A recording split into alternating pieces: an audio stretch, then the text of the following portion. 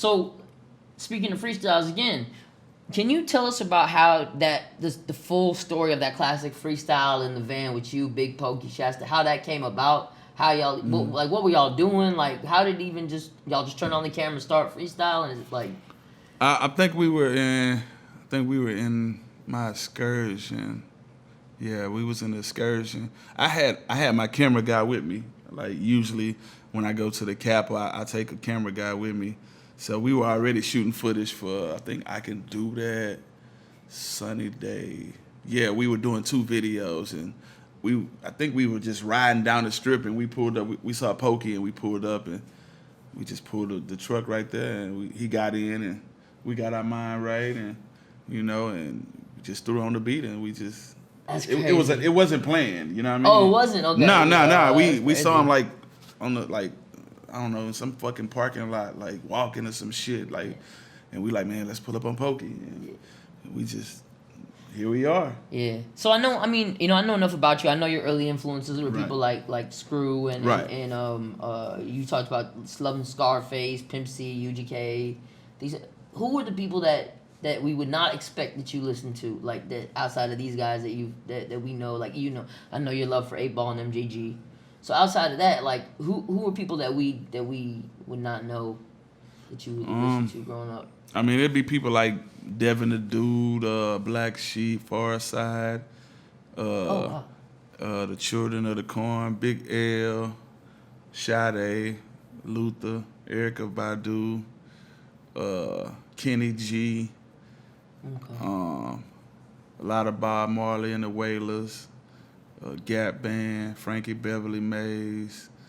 A lot of classics there. Yeah, we go back, man. Yeah. I listen to a variety. You know what I mean? Tribe Called Quest, African Bambaataa, just KRS-One, like all the classic, the Nas's, the old ones, the old Jay-Z's. I listen to a variety of music, man. Jadakiss, the Locks. You know what I mean? It just depends on what mind frame I'm in, but you were listening to everything. Everything. Like East Coast, West Coast, it don't matter who it is, you know what I mean? That's the love of the culture. Yeah. It's the love of the culture. This question just popped in my head because I remember we had the interview. We had an interview with Toe down here, right? And I gotta ask you this because you are the official SUC member. We know that. You classic. He told us a story about Big Moe. He said the reason why the double cup comes from is that Big Moe could not mix his lean properly and would go back and forth, and that's the reason for the double cup. I want to ask you: Is that the reason? Is that what? That's not what was told to me as far as like the reason why we do double cups. I was told, hey man, like let's say you have 1 cup, right? Yeah. The duration of your cup and your ice, it melts, right? So it gets sticky and wet, and somebody shakes your hand, and you're like, oh, like. So the reason why we use the double is so the second cup can absorb the moisture and all that. Yeah, I've heard both, so that's why that caught me off guard. So I wanted to ask someone who's been close to the culture. Yeah, but that's probably true though. What he said, that probably happened. But why I was told to do it was just simple, so we don't. You have a good. I noticed in your songs you have a very good knack for storytelling, right? Like some of my favorite songs are like one of my favorite songs, "Make Mama Proud," right?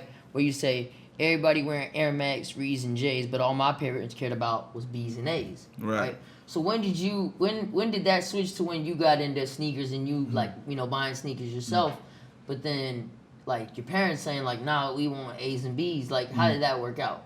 In my household, pretty much like they don't reward you if you're doing bad. You know what I mean? So, but my grades always was at A's and B's. Okay. Like a few C's and here and there, but for the most part, it was A's and B's. Okay. But like I said, I always had different hustles. So, I would get my certain amount of tennis shoes from my parents, but I would always have side money to get my own. Right. And so, and that line basically just lets people know, like, you got to be focused on the prize. Yeah. Or you're not going to be able to get these Jordans and these nice things, especially if you're living under your parents' roof. So, I was just trying to tell people you got to focus. Yeah. Care about your B's and A's more than you care about the Re's and J's. Yeah. I love that line because that's something that Same way my parents were. You Right. get rewarded if you got good grades. Right. If you didn't. Yeah, if you didn't, you gotta wear them J's for a couple more months. Yep. 4-5 colors probably didn't came out by the time you get some more. So. Yeah. Then I think my second favorite song was "I Shoulda Listened" because I learned a lot from that song, and it's something that I think a lot of people can relate to. You know, you grow up and you realize like, damn, I really shoulda listened. Mm-hmm. So. When I want to ask you, when you were writing that song, what was going through your mind? What were you thinking about, like, as far as I should have listened? Like, what were you thinking about? Where were you at that moment? Because it feels like you had to be somewhere where something happened or something. Like, you know what I'm saying? It's too emotional of a song for you. It feels like something happened or something.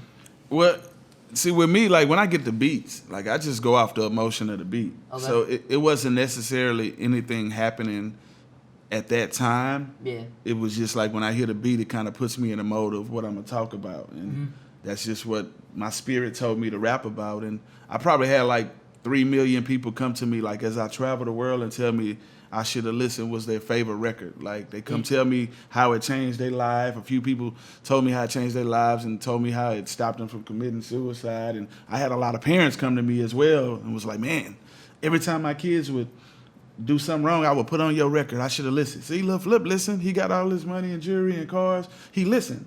You know what I mean? So, wow. So that's it's dope. I love doing records. Wow, that's crazy. Yeah. That's crazy. They told me, like, man, I play that for my kids every time they don't listen. You know? Yeah, I learned. I mean, I definitely now listen to that song, and you can relate to it a lot more as you grow older, and you're like, damn, why didn't I listen? You know.